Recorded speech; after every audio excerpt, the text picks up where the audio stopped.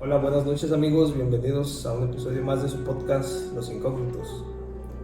El día de hoy traemos un tema muy interesante que estoy seguro que a todos les va a gustar. Como siempre, un gusto que estén con nosotros y nos acompaña compa Jorge, compa Abraham, servidor César, y vamos a hablar sobre el tema de la vida de Jesús.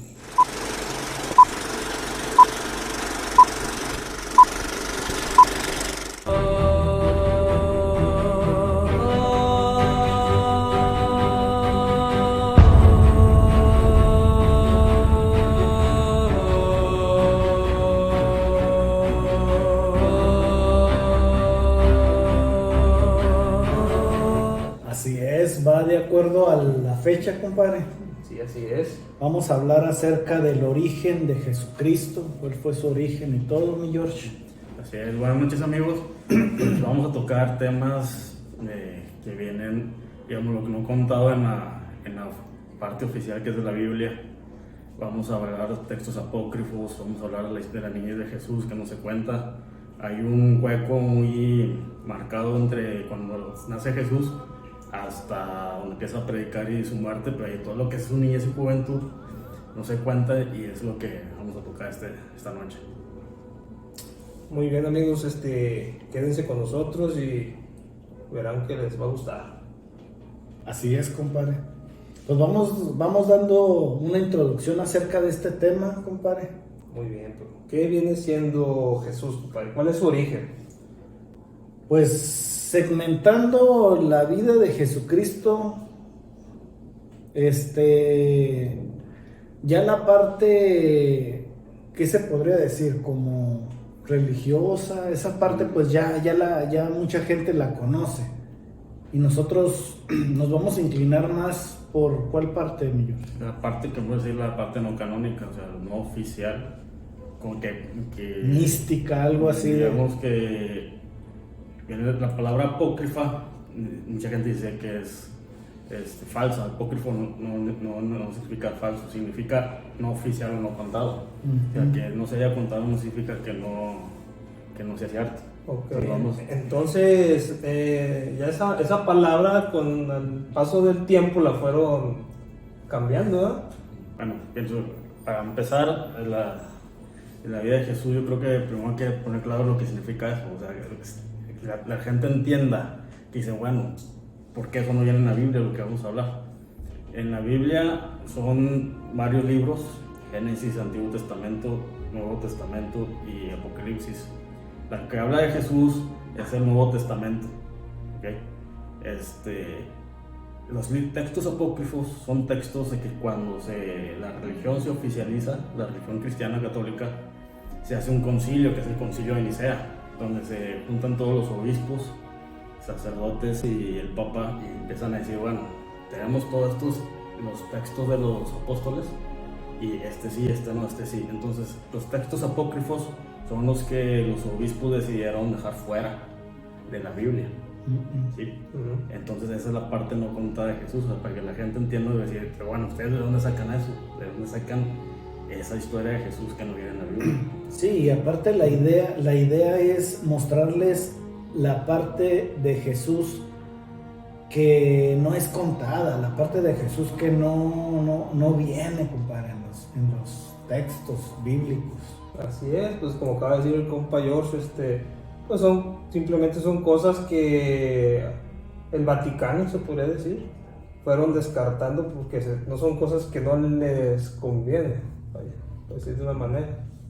Sí, lo tomaron, bueno, cuando se formó la Biblia, cuando la formaron, hubo como ¿qué podría ser? Como Conclave.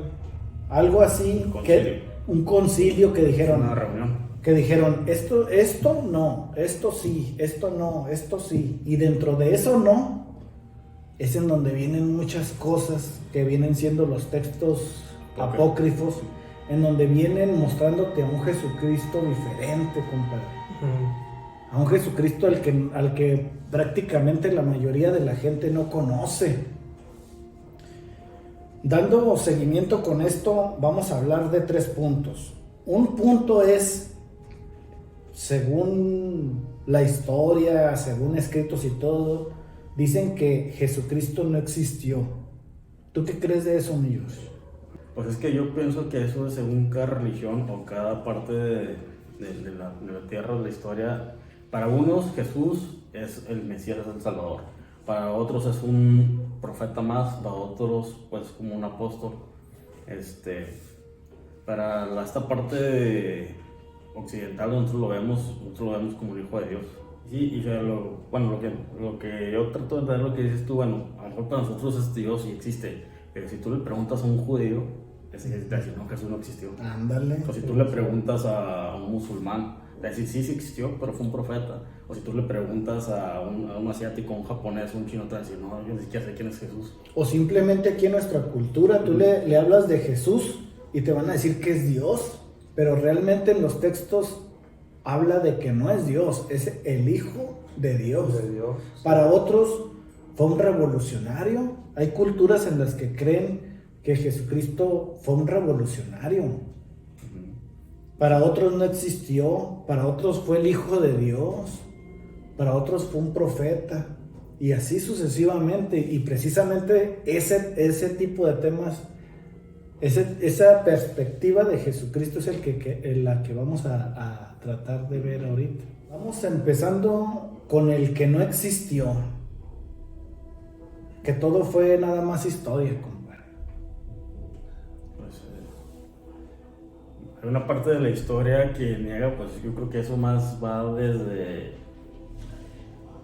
que fue una manipulación por parte de Roma, del Vaticano, de la religión para instituir un dogma. Y yo creo que eso más en la actualidad viene más de la parte de cosas de los que no creen en Dios, ¿cómo se llaman? Ateos.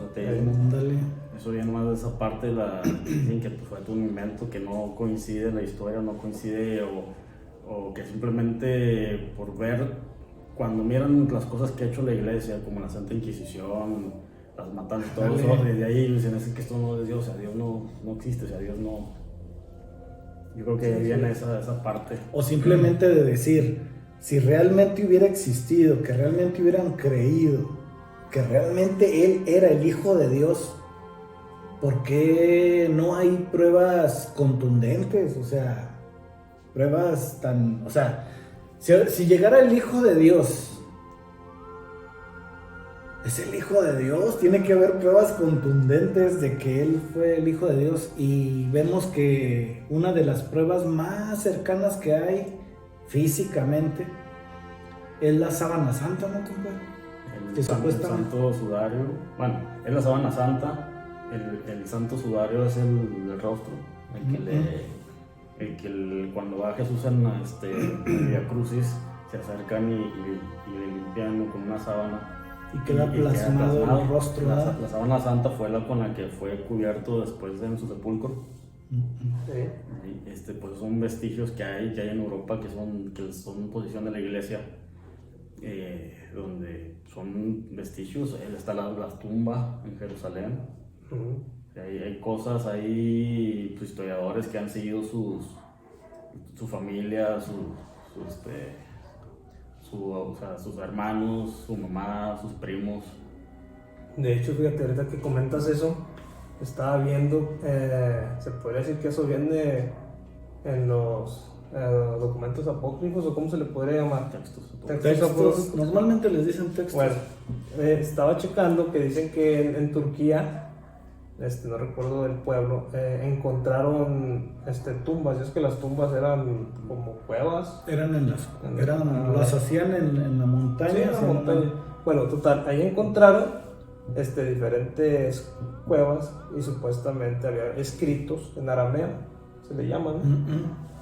Donde, por ejemplo, en una venía María, que supuestamente decía la mamá de Jesús, la Virgen María. En la segunda tumba venía que José, haciendo pues el papá. Y en una tercera venía Jesús de Nazaret. O sea, supuestamente se comenta ahí que ahí es donde están enterrados la familia de Es Jesús. una tumba familiar. La tumba familiar. Pero raro es de que también está María Magdalena en esa tumba. Se supone que es tumba de familiar de ellos. Pues es algo, hay mucha historia que dice que, como dices tú, que han encontrado tumbas en Jerusalén, pero también hay rasgos históricos donde dice que ellos después de la crucifixión se fueron de Jerusalén. Que toda la familia se fueron huyendo, unos dicen que se fueron a Francia, otros dicen que se fueron a la India. Entonces, pues en realidad no se sabe la ciencia cierta. Aparte dicen de que en ese tiempo era muy común la gente que se llamaba María, la gente que se llamaba José, la gente que se llamaba Jesús en esa parte de Jerusalén. Y pues, o sea, que tú te encuentres una tumba que diga Jesús, pues no quiere decir que él era Jesús o esa María.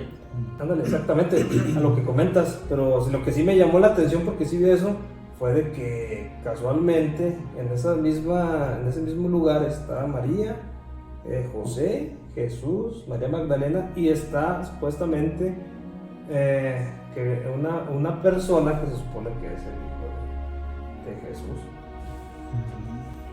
No, es que en torno al nombre de Jesús o Jesucristo se mueven un montón de teorías y un montón de escritos y cosas, compadre, que Sí, pues que cambiaron la historia. Es un nombre que tiene mucho peso en la historia de religiones. Casi creo que la mitad del planeta le rinden culto o se basan según sus enseñanzas. Es un personaje muy influyente. Otra parte que habla acerca de Jesús es que fue un revolucionario. Sí, pues trajo ideas que para su tiempo no eran aceptadas. Y como le pasa a todos los revolucionarios, siempre acaban siendo crucificados. Van contra la corriente, contra lo que está impuesto, siempre terminan pues, muertos. Ahora, hay una teoría, hay un escrito, una teoría de que dice que Jesucristo hizo tanto revuelo en ese tiempo, tanto revuelo, que a Roma y trajo con él a tanta gente, lo seguía y fue creciendo y creciendo la gente que lo seguía, que en ese tiempo a Roma no le quedó de otra más que aceptarlo y hacer como ¿qué podría ser? Como un pacto y decir, no, sí es. Que a Roma, cuando Jesús significó un problema para Roma fue cuando Jesús ya estaba muerto. O sea, ya después de muerto fue cuando Roma lo miró como un peligro, porque el cristianismo gnóstico, que fueron los primeros cristianos, empezó a crecer mucho en Asia y en Europa y se extendió tanto que hubo un momento en que el imperio romano ya no tuvo otra más que aplicar la de únete, o cómo se llama ese, cómo me has dicho, compadre, que dice, ¿qué? Mejor únete o muérete. ¿Cómo has dicho? Hay un dicho. No sé, pues la neta no sé, pero que pues sí, prefirió mejor unirse a perder, o sea, porque ya era tanta gente que lo seguía que la llevaba de perder. Fíjate, por ejemplo, eso que dices de la gente, Jesús, pues, lógicamente predicaba a toda la población, pero una de las cosas que vi fue de que él mismo decía que mucha de la gente no comprendía lo que él hacía, y más que nada lo seguían por morbo. Pues ya, ahora ya curó a un ciego, ahora vamos a ver qué va a hacer después. O sea, iban con ese morbo de ver qué iba a hacer. Pero en unos textos que yo leí, decía que eran ¿de quién? Textos de Juan. No recuerdo, era uno de los apóstoles que él decía que no comprendían lo que él hacía ni lo que él predicaba. Y precisamente de eso trata este tema, de ver a Jesucristo desde una perspectiva diferente a lo que normalmente se ve, ¿verdad? A lo que normalmente conocemos, sí, desde todas las perspectivas diferentes. Sí, porque pues por lo que vemos en general, básicamente la Biblia te cuenta lo que es Dios y lo que hizo Dios. O lo que le conviene. Exactamente. Sí, o sea, ahí fueron escogidos los libros y este sí, este no, y esto sácalo, esto está demasiado fantasioso. Y ahí sí, pues ya, ¿qué es eso? Prácticamente, ¿qué es eso? Pues es Manipulación. Manipulación y control. Entonces, surgen a lo que le llaman los textos apócrifos, que son textos que se escribieron en esa época, en ese tiempo, y vienen mostrándote a un Jesucristo más humano, más directo, con milagros y cosas que te sorprendes, compadre. Y con cosas que hizo que mucha gente se... O sea, bueno, ahorita aquí entramos a detalle, vamos a explicar eso, pero cosas de que si tú dices, no, eso no puede ser, eso no puede ser Dios, eso no puede ser el Hijo de Dios. Hay en los textos que hemos visto también, o cosas que hemos sabido, nos muestran también que Jesucristo fue un ser de otro planeta, compadre. Bueno, compadre, pues es que ya, si nos metemos ya a ese detalle,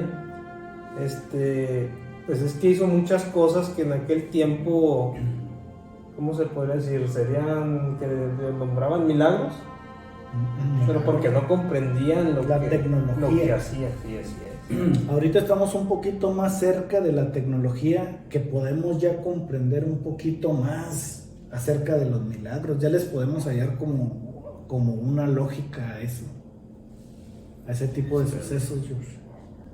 Pues para lo que dice eso, podemos empezar de muy atrás, de antes de Jesús, para simplemente el nombre de Dios. Entonces, Dios era de otro planeta, ok. Pero ver qué significa la palabra Dios. La palabra Dios es una palabra en español que viene del latín Deus, que viene del hebreo, el hebreo antiguo Elohim, que significa que es en plural, los que vienen de las estrellas. Pues chécate ya. Eso significa Dios, los que o sea, es una palabra en plural que son varios, que no es uno solo, habla de varios, que significa los que vienen de las estrellas, que es una estrella es otro sol, con sus respectivos planetas. O sea, ahí simplemente el nombre de Dios te está hablando que no es un ser de aquí, el puro nombre de Dios, sea el Dios que sea. Entonces, pero o sea, si tú le dices a cualquier persona, es que Dios es de otro planeta, pues ¿qué van a decir? Dios es un extraterrestre. Como que muchas de las veces a la gente, mi George, cuando le planteas la idea o la parte de que tal vez Jesucristo fue un extraterrestre, como que la bandera está tan alta que dicen, no, la estás poniendo muy bajo. Pero simplemente cuando se va, cuando se despide y se va, se eleva y se va entre las nubes. Los mismos textos bíblicos lo dicen. Sí, pero hay muchos textos que tú puedes comparar a que tú me dices que eso puede ser una abducción, puede ser algo.